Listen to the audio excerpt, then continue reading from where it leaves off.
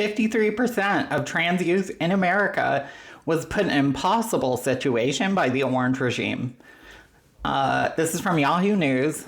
Let me read it. We can talk about it. A relatively small population of teens in the U.S. identify as transgender, just over 3%, according to the most recent data.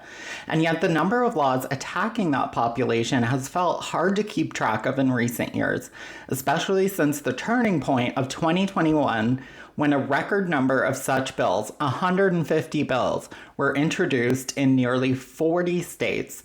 This week, a report from the Williams Institute at UCLA School of Law lays out just how many of the country's trans youth are being directly affected by such laws, and it's not good news. So the findings show that more than half, 53% of trans youth between 13 and 17 years of age live in 29 states with laws or policies that restrict their access to gender-affirming care, sports, bathrooms, or even using gender-affirming pronouns in their school. That translates to about 383,000 young trans kids.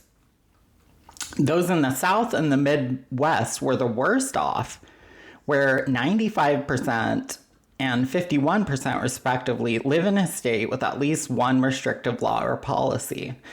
And perhaps unsurprisingly, those who live in the West or the Northeast were the most protected, with 83% and 74% respectively living in a state with a shield law protections.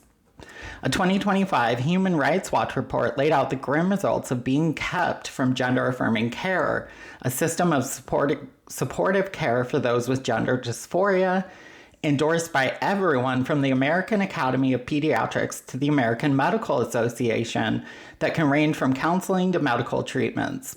The consequences range from increased anxiety and depression, and in severe cases, suicide attempt.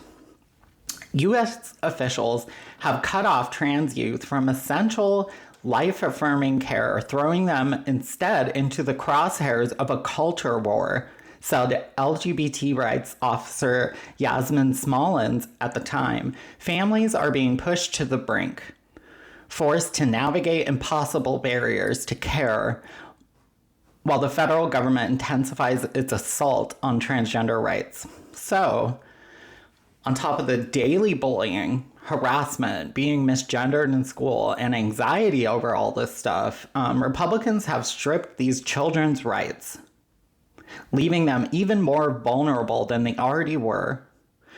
This is truly an act of evil by Republicans. These children are fearing for their lives now.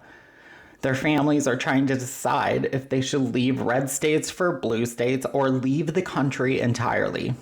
Genocide experts have warned months ago this is early stages of genocide against transgender Americans, starting with children. We now have lots of evidence that these issues in schools surrounding trans kids are being manufactured by political and religious cults on the right and by the Orange regime in the White House. So much for the party of family values. Republicans are disowning their own LGBT children, throw them out onto the street, and then preach that nothing is more important than kids and family. Yeah, you're full of shit, guys. So for Republicans, love and family only applies to straight cisgender children? Do Republicans know that gay, trans, non-binary, and intersex people occur in nature? Or is that something that their cult says is untrue?